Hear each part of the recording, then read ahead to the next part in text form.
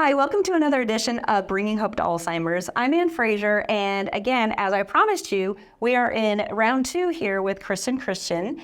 Glad to be here. Yeah, thanks for being here. We had talked last time about her company, Be Organized, but today we're going to delve into a different part of your story. Mm-hmm. And so you have, as I did, you have a family member that has Alzheimer's currently.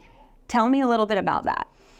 Yes, so my mom, Judy, has Alzheimer's, and we have been battling this for a good 10 years. Her dad had Alzheimer's, and as I mentioned in the session before, that they moved here. They moved here actually about 14 years ago. And once she came here and I was around her more consistently, we were seeing just some changes in her personality. But it took us quite a while until we got to the point where we were digging and looking for a diagnosis. So it's been about 10 years since she's had the diagnosis.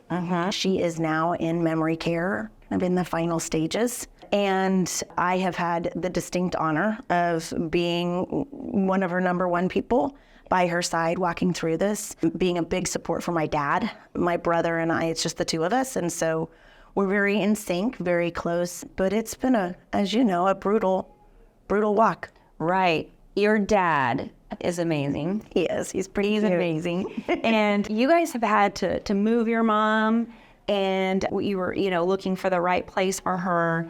And you recently told me a story about your mom. Mm-hmm. And because a lot of times when people are suffering with dementia or Alzheimer's, they have a hard time. They can't tell you what's wrong. Mm-hmm. All you know is something's wrong because it could be their behavior or their lack of interest in life anymore, those types of things. Tell me that story that you told me about your mom. Well, I've told you lots of stories, so I want to make sure I know the right one. But I struggle when I talk about her, and I don't know if you've got this, but I sometimes talk about her in past tense, and I don't like that because she's still here. Right. She's very much still here. Yes. Yesterday I was with her, and I happened to move something that she wanted just the way it was. She told me. She let you know. Right. And so she's very much still here, but she's a different, little bit different. But She was very, very in tune to the fact that she was diagnosed with Alzheimer's. I think a little bit of that came from the fact that her dad did, and she walked that walk with him, but she almost spiraled into becoming obsessed with that. It was almost a divot that she jumped into. So she was so into educating herself about the disease, which was pretty awesome though, because I hear so many people stick their head in the sand and don't want to acknowledge it. She was almost the opposite. It was kind of all consuming, which was a blessing and a curse. But what beauty came out of that is all of us got educated on how to deal with somebody who has Alzheimer's, how to lovingly walk this path with them. And, some of us came farther and faster in the process. My dad really struggled because he wanted my mom to be who she was before. And so because my mom was an avid reader and a lifelong just student of life, that was her go-to to go and just voraciously read and research on something. So in her doing that, it educated all of us because she would give us things to read and listen to, and that was really helpful. I appreciate and respect how she handled this. It was kind of like, you know what, then game on, I'm going to do this. And she went into several different trials with medications and treatments because she knew that she wanted to be a part of the solution, the answer. That's awesome. That's awesome. So she was in a community that just wasn't for her, and she moved to another community, and her whole personality just kind of got brighter. It really, really did. I mean, I think, yes, you've got to look at the individual and what kind of environment works for them. My mom is a force. She was a force and lots of big personality, and she needed stimulation, and she just wasn't getting what we needed in one area. And so we moved her, and it's brought her back to life, and she's changed, and her disease has progressed, and yet she is so at peace. I was just with her yesterday, and her new thing is she just hums and hums and hums, and I take that as she's happy and she's at peace. Yeah. And that looks different. I think that's partly what us as loved ones have to realize is it's going to change, that happiness, that at peace, what their needs are, what we're going to get from them. It changes every time. And so you just need to pivot accordingly. Mm-hmm. Absolutely. Yeah. Absolutely. Do you or your brother ever worry? Yeah. Yeah, we do. It is something I think that just kind of sits on your shoulders. Right. Right. As, okay, I'm going to hold my breath. When is that going to come? Or, you know, if I lose the car keys, is that Alzheimer's? Or is it just, I'm 50 something and life is crazy and menopause, as I know you've talked about. You know, you could kind of let yourself go a little nutty. For sure. On that. 100%. I turn to my faith a lot and not fear. Mm-hmm. But I can't belabor it either. Right. And now we know that there is hope. Mm-hmm. Right. And we know that there's things we can do. For me, you know, obviously I have lived it, but I would think prior to like even my brother and sister who don't want to know if they have the gene, I think there's hope for them now too. When you have a lineage where you have a grandparent and then a parent, and you can kind of look through and be like, oh gosh, is that going to be my deal too? Right. So, but there is hope now, which is awesome, and it's finding it early and taking care of your brain health early. I love that about your message and your mission is there's simple things that you can do to change the potential cards that you're holding. Correct. And that is not the message I've always heard. Mm-hmm. And so, yes, I think, and I was listening to one of your podcasts it's all around exercise, eating, and sleeping. Mm-hmm. And that you could say that for so many things in life, right? I mean, that's not just the solution. It's so many things. Yeah, setting off Alzheimer's. So it resonates with me. It's so logical. Mm-hmm. Yeah. So, yeah, absolutely. What is your favorite memory of your mom? She was my biggest fan. I mean, she really thinks I am the cat's meow. You walk on water? I walk on water. And that to me is, I think, one of the biggest gifts because I have never questioned for a second that I'm loved and appreciated and just cherished. That's a really cool gift she gave me. As far as a memory, she loved her grandchildren. She loved family. Like, just enough was never enough almost. Like, she loved being together. And so just normal moments with her now have crystallized to be so precious and real. Just her coming over when I had little ones, and she would just come over and fold the laundry and just be there and help me feel supported and loved, and all her phone calls. It never failed. I mean, we talked all the time, but every time I'd call her, she'd go, well, I was just thinking about you.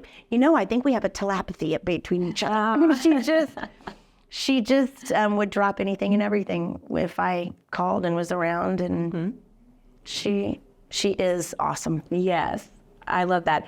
And it's interesting when you brought up the point that you sometimes talk about her in past tense, because with Alzheimer's, you're kind of losing that person a little bit every day, so to speak. You know, you have good days and bad days, but it's kind of, it's almost like you're preparing your heart. 100%. My brother and I call it death by plastic fork. Like plastic fork stabbings, because it's the, as I say, the longest goodbye. And every time you're with her, you're going to see something different, or there's going to be more decline. And you get heartbroken over and over and over. Over and over. But I have learned to just, the glass is half empty or half full. And to really appreciate and be present and appreciate the moments that I had with her. Yesterday, she wasn't real interested in talking or connecting.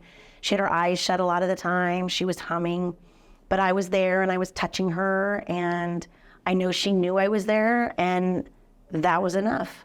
Right. Because the last thing that goes is that empathy. They may not know who you are at some point, but they know that you're someone that loves them and that they love you. And that's what's super cool about people who are dealing with dementia and Alzheimer's, they still need those people around them. And for some people, they're like, it's just too hard to see them. It's just too hard to see them. But that person then is alone. And, you know, being my parents' caretaker, you know, being there to the end, it is, like you said, it's an honor. It is. It's one of the hardest things I've ever done. Oh my gosh, yeah. But would I do it differently? I don't think I would. Because I know my parents' last days were the best days that they had. I mean, it was the best they could be, I guess I should say. Because you redefine what's the best. The best days. Yep. We laughed every day. I always say I could be a stand-up comedian. We can hit the road for Alzheimer's funnies. Yeah, some of the things that came out of their mouth. I wish I would have taken the time then to write down more of them. But there's a couple comedy routines I could stand up and do right now that are just hilarious. I was cracking up listening to one of your podcasts about your mom. Your friend came on and said your mom would always say white cars. My mom said that same thing. Now, she doesn't go out and we don't drive around anymore. She can't. But always, have you noticed how many white cars there is? And I could almost like guarantee, you know, 5 minutes into the car ride, she's going to say that. Right. Well, I always said white paint is on sale. It's cheap. Well, you know, white paint's on sale. Cheap. White cars are cheaper because white paint's on sale. Right. Okay. And there's another white car. Another one. Why are there so many white cars? You know, we just talked through it. What a gift you are to people who are whacking through the weeds of this now, or, you know, just starting it. It's huge. Somebody told me in having a loved one with Alzheimer's, if you can look at being with them as improv. Like improv comedy. And just let them direct it, let guide it. And once I really kind of understood that, I'm like, I totally get it. Of just letting them be, meeting them where they are. Right. Absolutely. And that's hard. That can be really hard. My dad really struggled with that. It is hard. Well, just like when I first started caring for my parents, I would get so frustrated with them. Yeah, and that frustration because they were like, they wanted to argue with me, and they're the parent, and I, you know, you're trying to balance that line and being respectful, but they cannot. There's no insight. No. So you have to just take that step back and be like, okay, so, you know, like, if I say, Mom, go get dressed, she can't get dressed. She doesn't know what to do. She stands in the closet and stands there and doesn't know what she's doing. No. So that's where you're pulling things out, and you're like, you feel like being sexy today? You're going to be, you know, and you just start, yeah. And so you just start making it kind of a fun game and just make it their last days as fun and humorous as possible. Yep. And so I probably shouldn't admit this, but I'm going to. But